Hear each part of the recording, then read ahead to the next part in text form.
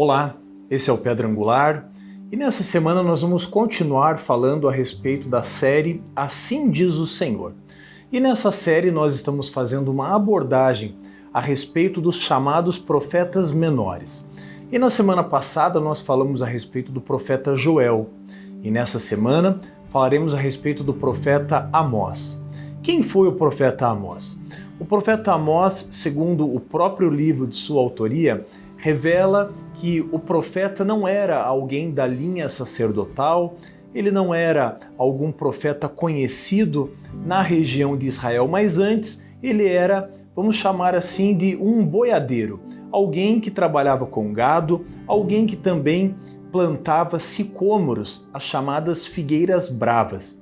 Pois bem, esse é Amós, alguém que Deus escolhe e tira do campo para denunciar a miséria espiritual, a injustiça social, a idolatria do povo de Israel. Situando-nos no tempo, nós vamos encontrar o profeta Amós no ano 760 a.C.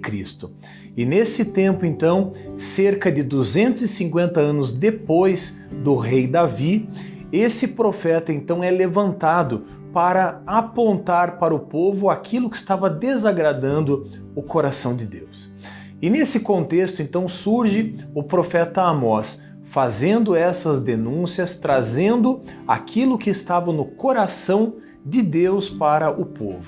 Para entendermos o que se passava naquela época e qual era o alvo da denúncia de Amós, vamos perceber em alguns versículos bíblicos da mesma carta que o profeta Amós escreve. Vamos encontrar aqui alguns apontamentos que denunciam justamente a opressão que o rico exercia sobre o pobre, a injustiça social, a violência, a ganância. E se tem algo que Deus não suporta, se tem algo que é repudiado pelo nosso Deus, é a injustiça social. Vamos ver aqui através de 2 ou 3 versículos bíblicos aquilo que Deus vai falar através do profeta Amós. O primeiro texto que denuncia a realidade social na qual o povo de Israel estava inserido é a carta do profeta Amós no capítulo 2, entre os versículos 6 e 8. A palavra de Deus diz o seguinte: Assim diz o Senhor, por 3 transgressões de Israel e por 4 não sustarei o castigo, porque os juízes vendem o justo por dinheiro e condenam o necessitado por causa de um par de sandálias. Suspiram pelo pó da terra sobre a cabeça dos pobres e pervertem o caminho dos mansos.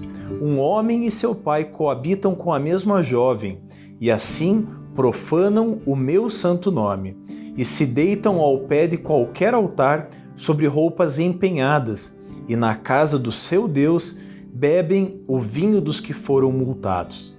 Meu irmão, minha irmã, essa é a realidade na qual aquele povo vivia. Um contexto de violência, de injustiça, de imoralidade.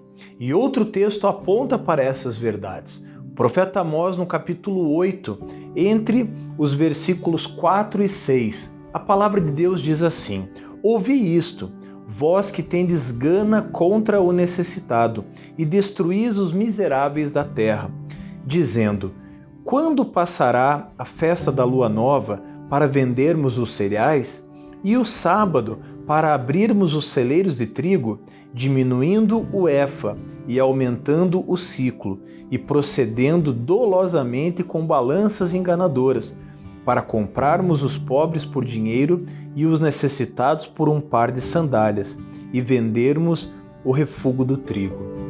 Essa é a realidade, um povo imerso, mergulhado no pecado, na obstinação, na obsessão por lucro e por dinheiro. Esse era o contexto no qual Israel estava vivendo. E o profeta Amós, então, é tirado do campo, é levantado para denunciar essa realidade. O livro do profeta Amós contém 9 capítulos ao todo.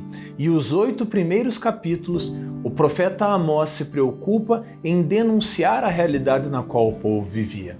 Mas, meu irmão, minha irmã, num determinado momento, no capítulo 9, a partir do versículo 11, Deus, na sua grande misericórdia, na sua bondade, no seu imenso amor, ele olha para o povo e faz um apontamento, trazendo esperança para aquele povo. Porque se aquele povo obstinado, mergulhado no pecado, estava cego, vivendo mergulhado no pecado, havia esperança para aquele povo.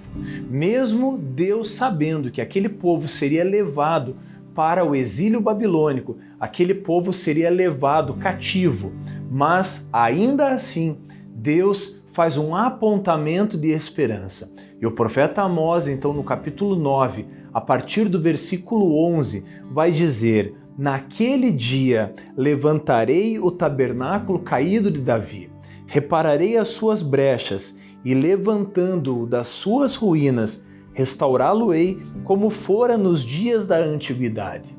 Meu irmão, minha irmã, Deus aqui revela ao povo que houve um tempo em que ele tinha prazer na adoração.